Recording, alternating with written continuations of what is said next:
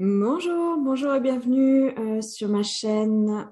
Voilà, je voulais vous faire une petite vidéo en fait qui concerne le sujet des polarités ou plus précisément la définition de la polarité sur un parcours de flammes jumelles. C'est un sujet auquel je me sens poussée depuis un petit moment et voilà, j'ai envie de vous faire un petit partage de retour d'expérience sur mes 2 dernières années à ce sujet. Donc, juste quelques mots au sujet de mon parcours. Je suis sur un parcours de flamme jumelle depuis 2019. J'ai mon jumeau qui est venu me chercher en rêve en janvier 2019 et je l'ai rencontré quelques mois plus tard dans la matière, courant de l'été 2019. Et puis, alors, s'en est suivi toute la fameuse cavalcade du parcours de flamme jumelle, on va dire un peu traditionnel. Ce terme de flamme jumelle, justement, m'a été présenté en janvier 2020.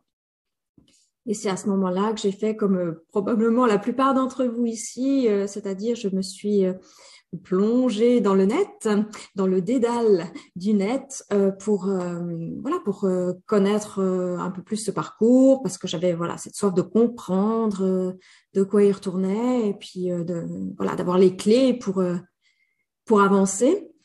Et puis, je me suis assez vite retrouvée confrontée justement à ce sujet de la définition de la polarité et de toutes les approches différentes et possibles qui circulent sur la toile. Donc, vous savez, l'approche traditionnelle chaser runner, il y a aussi féminin sacré, masculin sacré, il y a aussi l'approche par les blessures. Si vous avez la blessure de rejet, c'est que vous êtes runner, ou vice-versa, si vous êtes runner, vous devez travailler la blessure de rejet. Il y a aussi les terminologies comme polarité consciente, subconsciente, inconsciente, éveillée à la base, non éveillée à la base. Bref, j'en passe, il y en a énormément. Et en fait, moi personnellement, dès le départ, ou presque, je me suis vraiment sentie perdue face à toutes ces dénominations différentes. Et surtout, en fait, quand j'écoutais les partages, je me reconnaissais finalement un peu dans les deux, quel que soit le type d'approche d'ailleurs. Si au départ, je me reconnaissais surtout dans les traits du chaser, je me suis très vite rendu compte qu'il y avait beaucoup d'exemples qui me parlaient aussi dans les traits du runner. Et je suis passée pendant un certain nombre de mois de l'un à l'autre en me disant oui, non, je dois être plutôt yang, non, finalement, je suis peut-être plutôt yin.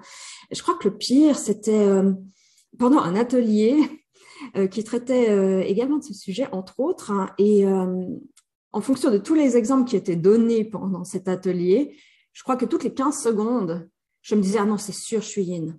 Ah non, c'est sûr et certain, maintenant, je suis yang. Et là, j'ai dit stop. J'ai dit stop, ça suffit. Je me sentais, au-delà de me sentir perdue, je me sentais en plus culpabilisée par cette injonction en fait qu'on reçoit plus ou moins consciemment dans ces partages, qui est de vous devez déterminer votre polarité de départ pour cheminer sur le parcours. Donc inconsciemment, il y a cette petite voix là qui entend si je n'arrive pas à déterminer ma polarité de départ, je n'arriverai pas à me réunir à mon autre et pire que tout, ce sera de ma faute. Donc voilà, face à ce sentiment de culpabilité qui grandissait en fait au fil du temps, par chance, j'avais ma petite voix intérieure, ma guidance intérieure, hein, clairement, qui me disait mais c'est pas un problème de ne pas savoir. C'est pas un problème de ne pas savoir. Et portée par cette voix-là, je me suis rendu compte que ma perception de la polarité a évolué en fait au fil du temps, que finalement celui qui run, ce n'est peut-être pas celui qu'on pense au départ, bien au contraire. Et si au départ j'avais déjà pas mal conscience de ma blessure d'abandon, je me suis rendu compte que j'avais une bonne grosse blessure de rejet tapie au fond.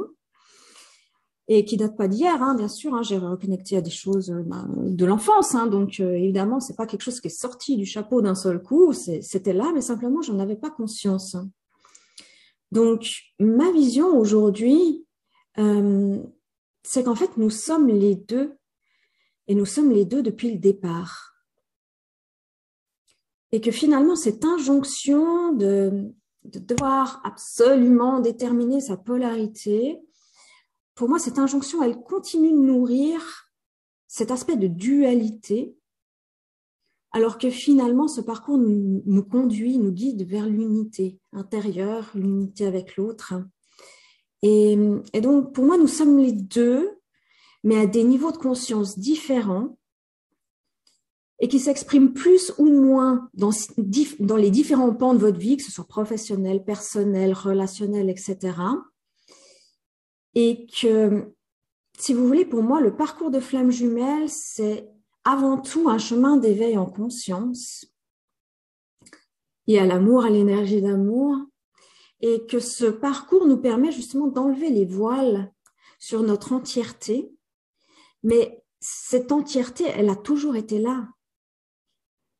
Et pour moi, donc, les événements et les expériences qui nous sont amenés dans notre vie, tout au long de ce parcours, nous permettent d'enlever un à un les voiles sur nos blessures, sur nos croyances limitantes, sur nos schémas, etc. Et alors peut-être que c'est effectivement typique des parcours récents, ça je ne saurais pas l'affirmer, mais effectivement, personnellement, je sais que j'avais fait déjà un gros boulot de dévoilement avant de rencontrer mon jumeau. En tout cas, personnellement, pour mon cas, je dirais que j'avais déjà passé le plus gros de ma nuit noire. J'ai passé 3 ans au fond du trou, burn-out, dépression, relations toxiques, j'en passe. Et je pense qu'en fait, la rencontre avec mon jumeau était un peu le point d'orgue de cette nuit noire. Et donc, l'arrivée de mon jumeau a été un puissant catalyseur ensuite pour enlever les voiles les plus résistants, on va dire, et les plus en profondeur, et favoriser les prises de conscience les plus difficiles, en fait, par amour, pour l'amour. Et donc, pour moi, peut-être que ça explique justement que j'avais cette propension à me reconnaître dans les deux déjà assez rapidement, parce qu'une partie du travail avait déjà été fait au moment de la reconnexion. Donc, en fait, si j'avais un message à vous passer là, au niveau de la polarité et de la définition de la polarité, je dirais, foutez-vous la paix. Quoi qu'on vous dise sur le net, foutez-vous la paix à ce sujet. Ça n'empêche en rien votre cheminement de ne pas être sûr de votre polarité de départ. J'ai même presque envie de dire bien au contraire. Je pense que c'est un des éléments qui vous apprend justement, ou qui nous apprend justement à faire confiance à notre guidance intérieure, à notre ressenti intérieur. Parce que quoi qu'on vous dise sur le net, quoi qu'on vous apporte comme élément ou comme enseignement, votre corps est votre meilleur outil. Votre corps est celui qui ne vous ment pas. Et je pense fondamentalement que le parcours de flamme jumelle est avant tout un parcours qui nous aide à nous libérer de la culpabilité. Et également un parcours qui nous aide à sortir des cases, à sortir du dogme. Et que c'est d'ailleurs plutôt sain finalement de ne pas arriver à rentrer dans les cases qu'on vous propose sur le net. Je dirais que ce qui m'a aidé en fait tout au long du cheminement, c'est justement pour chacun des partages qui m'étaient proposés sur le net, d'écouter le tout, d'écouter le partage dans son entièreté en fait également, d'écouter vraiment les deux et de prendre ce qui me parlait dans les deux et de noter ce qui m'interpellait ou ce qui venait me chicaner un peu dans les deux, parce que et avec le plus d'ouverture possible et de curiosité possible. Parce que justement, ce qui ne nous parle pas forcément à l'instant T peut nous parler demain, peut nous parler dans 6 mois, dans 1 an, etc. Et surtout, en fait, je pense qu'il est essentiel de ne pas perdre de vue que les partages qui vous sont faits, c'est une vérité à l'instant T, une vérité d'une personne qui a évolué au cours des 6 derniers mois, au cours des dernières années, etc., et qui va continuer d'évoluer en conscience au fil des jours. Donc, c'est pas quelque chose de figé, ça ne peut pas être une vérité universelle. Et la plupart d'ailleurs des intervenants le rappellent régulièrement, mais c'est toujours important, je pense, de bien le garder en tête et de toujours écouter sa propre guidance intérieure à l'intérieur de soi. C'est pour moi primordial. Donc, si j'avais un conseil à donner à mon moi d'il y a 2 ans qui se retrouvait un petit peu perdu face à cette jungle sur Internet, je dirais simplement ouvre ton cœur. Ouvre ton cœur à ce qui est là, accueille ce qui est là, sans jugement. Accueille tout ce qui est là, tout ce qui vient à toi, comme un cadeau, pour pouvoir prendre conscience de ta lumière et pour pouvoir la rayonner. Voilà, alors j'espère que ce petit partage vous aura parlé et vous aura apporté un peu de douceur, un peu de soutien, si vous aussi vous reconnaissez dans ce que je viens de partager. Et voilà, je vous souhaite tout de bon pour cette nouvelle année 2022, un bon cheminement, voilà, amour et lumière, à bientôt.